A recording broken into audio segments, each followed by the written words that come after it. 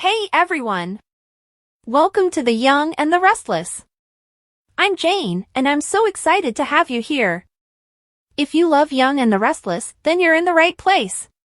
Make sure to hit that subscribe button and turn on notifications so you never miss a video. Alright, let's dive right in. July 11th, Cane interrupts Kyle and Audra's flirtation, and Holden charms Claire while Chelsea refers to him as a shark. Today's Young and the Restless recap airs in the United States on Friday, July 11th, 2025, and one day earlier in Canada. We provide YNR recaps every day. Holden sees Claire alone and inquires about her father's well-being. Claire informs him that her father has passed away. Holden feels terrible for her loss.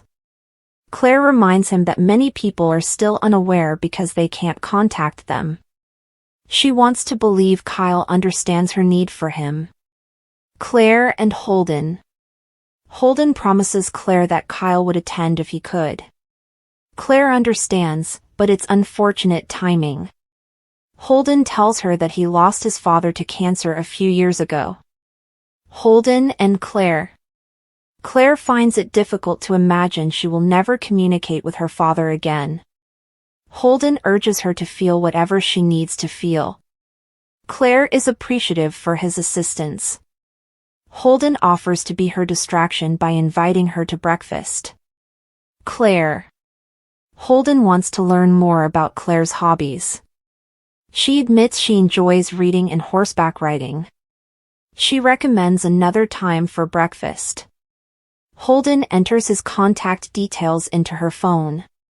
Claire prevents him from leaving and changes her mind about breakfast. Holden. Chelsea is surprised to see Adam return so quickly. Adam claims he has a lot to tell her. Adam and Chelsea. At Dumas State Center Court, Kyle and Audra contemplate hiring influencers for their war. Audra understands that it costs money.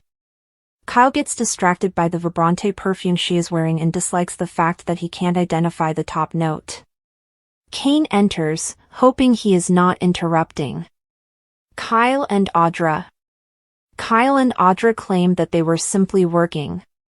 Cane accuses them of having romantic relationships with other individuals and wonders whether he was mistaken.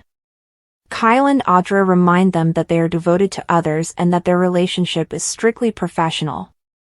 Cane reassures Audra that Nate is a good man.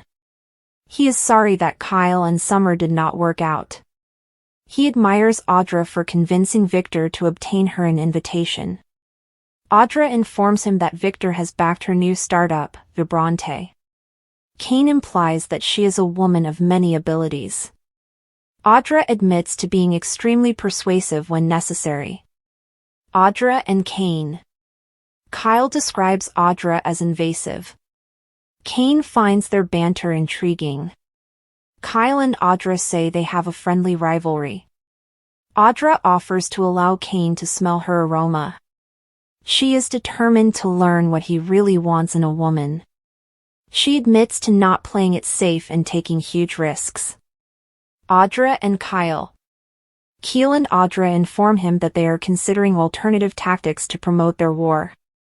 Cane cannot see why Jabot is battling a startup company. He can't get the sensation that there's more going on between the two. Cane. Kyle and Audra claim they are merely looking for exposure. Cane does not believe Jack would want any negative publicity at Jabot. Audra reminds Kyle that Jabot is a dead horse, and she has Victor's money behind her. Kyle asserts that it will never happen. Cane finds their argument intriguing and suggests that it could yet work. Audra, Kyle, and Cane. Cane offers to postpone his name reveal for a little longer so they can have their fight royale. Kyle thanks Cane. Cane agrees to aid them along the way, but he makes no promises about which fragrance he would select. Kyle and Audra exchange high fives as they discuss going to war. Audra and Kyle. Society. Chelsea wants to know if Adam has spoken to Victoria. Adam hadn't, so he headed straight to the workplace when he landed. He inquires as to Cole's current status. Chelsea and Adam. Chelsea informs him that Cole did not make it. Adam cannot believe what he is hearing. He thinks Nikki must have felt something was wrong. He had no idea this was a possible conclusion. Adam and Chelsea. Chelsea reminds him that he is family and should speak with his sister. She wants further information about his trip and the identity of Aristotle Dumas. Chelsea is stunned to learn that Cane is Dumas. She would have bet more money on his father and believes they were both correct. Adam acknowledges that Colin helped Cane develop the Dumas empire. Chelsea and Adam. Chelsea has difficulty believing the empire isn't crooked. She wonders if Colin is indeed dead. They both don't trust Cane.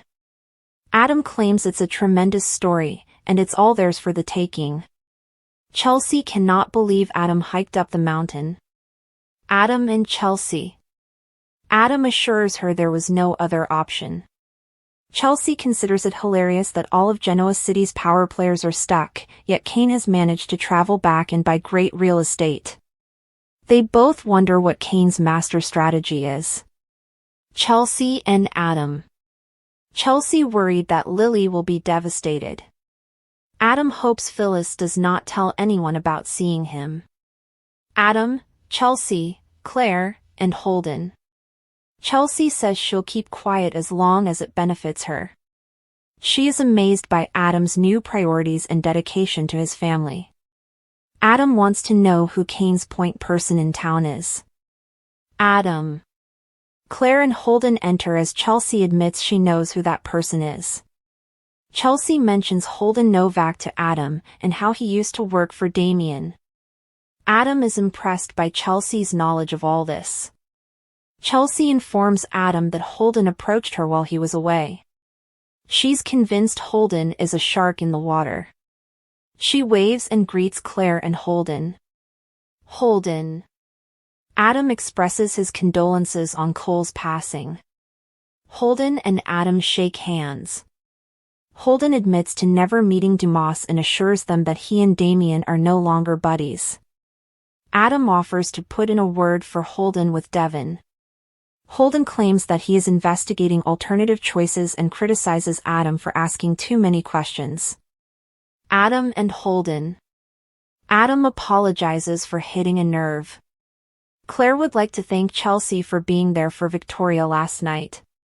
Chelsea will help them in every way she can. Holden and Claire move to get a table.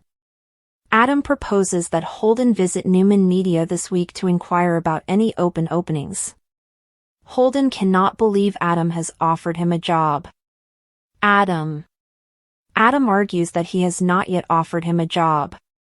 Holden considers having a discussion with him before leaving. Chelsea compliments Adam on how effectively he handled the confrontation. Chelsea, Adam, Claire, and Holden. Claire highlights the fantastic opportunity for Holden to work with her uncle. Holden shrugs and returns his attention to the menu. Claire is worried about her mother and wants to leave right away. Holden tells her there's no need to apologize. He suggests she take things one at a time. Holden and Claire. Claire admits to being disturbed that Kyle is imprisoned in a secluded location with Audra. Holden admits that Audra is a force of nature. Claire claims that she absolutely trusts Kyle. Holden assures her that she does not need to worry. Claire. Kyle and Audra eagerly return to the train car after Cane resolves their publicity issues. They agree to drink and celebrate. Audra and Kyle. Audra and Kyle celebrate achieving their goals. Kyle and Audra. Adam and Chelsea question what Holden is doing with Claire and why he lied about knowing Dumas. Chelsea reminds Adam where Claire comes from and how she can care for herself. Chelsea and Adam. Next week on The Young and Restless. Damien suspects that Cane is attempting to poison him. Cane assures him that they are drinking the same thing. Damien had a negative reaction. Damien. Nick insists he's okay. Phyllis knows he's not, and she wants to know what Nick saw. Nicholas and Phyllis. Chance suspects Lily, Phyllis, Devin, Nick, Amanda, Cane, and Abby of murder. He wants to know about their actions over the last hour or so. The tension in Genoa City reaches a fever pitch when Cane, still reeling from Lily and Damien's passionate kiss, makes a bombshell threat that might upend numerous lives. He pledges to reveal Kyle's true paternity unless Diane accepts his conditions. Diane is terrified by the shocking revelation, which puts her carefully crafted world on the verge of collapsing. For years, Diane has kept Kyle's father's identity hidden in order to protect her kid from the consequences of her difficult past. But now, with Cane's wrath clouding his judgment, he's eager to weaponize that secret and use it as leverage in his developing conflict with Lily and Damien. Diane, anxious to protect Kyle from the tragic truth, begs Cane to reconsider, her voice cracking as she begs him to consider the irreversible harm this could bring. She tells him that Kyle has already been through enough turbulence, from the death of his adoptive father to the emotional upheaval of Diane's resurrection. To drop this bombshell right now would devastate him, and Diane can't face the notion of breaking her son's heart again. But Cane, driven by betrayal and wrath, stays unaffected, his customary placid manner replaced with a cold, calculating determination. He sees this as the only way to regain control, forcing Lily to face the repercussions of her actions. If she can openly express her affections for Damien, why should he hide the facts that could destroy another family? The stakes couldn't be greater, and Diane is aware that time is running short. She scrambles to handle the issue, turning to Jack for assistance, but she is hesitant to expose the entire magnitude of Cane's threat. Jack, ever the protector of the Abbott lineage, detects her pain but has no idea how far this secret goes. Meanwhile, Kyle is blissfully unconscious of the tempest developing around him, concentrating on his own life and relationships. If Cane follows through on his threat, the consequences will be catastrophic, not only for Kyle, but also for Diane, Jack, and the entire Abbott family. The discovery could shatter years of trust, reviving old wounds and starting new battles. Diane's long-buried mistakes would be brought to light, with unanticipated implications for Genoa City. As the strain builds, Diane is forced to face the risk that her secret will ultimately be revealed. She must decide whether to comply with Cane's demands, whatever they may be, or risk losing everything she has battled so hard to keep. But Cane is also playing a hazardous game. If he goes through with it, there's no turning back, and the collateral damage might destroy more than just Diane and Kyle's relationship. It could cost him his last opportunity with Lily. The question now is whether his rage will push him beyond the point of no return, or if someone, perhaps even an unexpected ally, can calm him down before it's too late. One thing is certain, Genoa City will never be the same once this secret is revealed.